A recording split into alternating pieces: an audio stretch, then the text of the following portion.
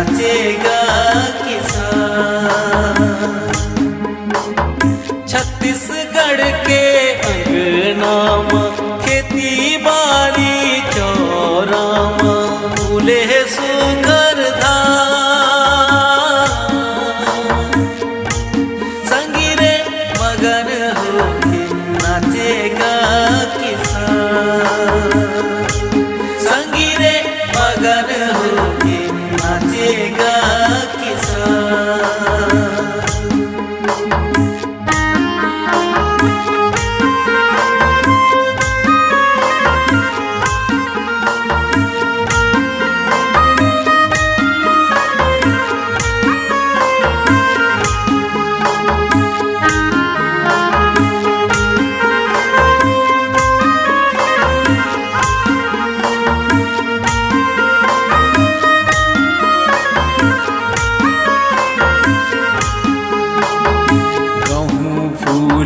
राहेर फूले फूले सुखर त्योरा। अरसी फूले सरसों फूले मोहागे मोर जियरा। गहूँ फूले राहेर फूले फूले सुखर त्योरा। अरसी फूले सरसों फूले मोहागे मोर जियरा।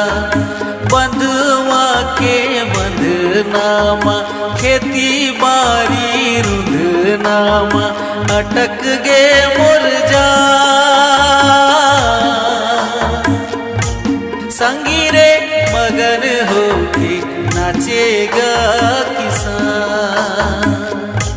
संगी रे मगन होके नाचेगा किसान।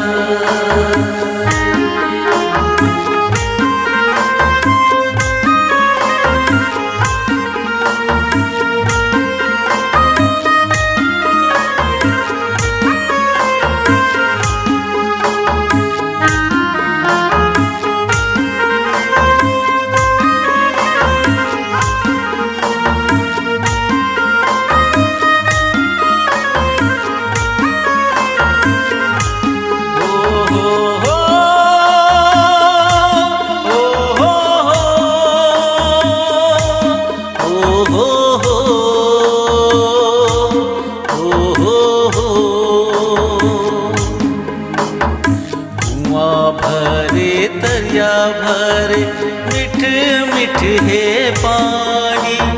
पानी भरे गोरी रे गए छलके रे जवानी। कुआं भरे तरिया भरे मिठ मिठ है पानी। पानी भरे गोरी रे गए छलके रे जवानी। पैरी बाजे छुनुर छुनुर चूरी बाजे खुनुर खुनुर गोरी कूटे धान।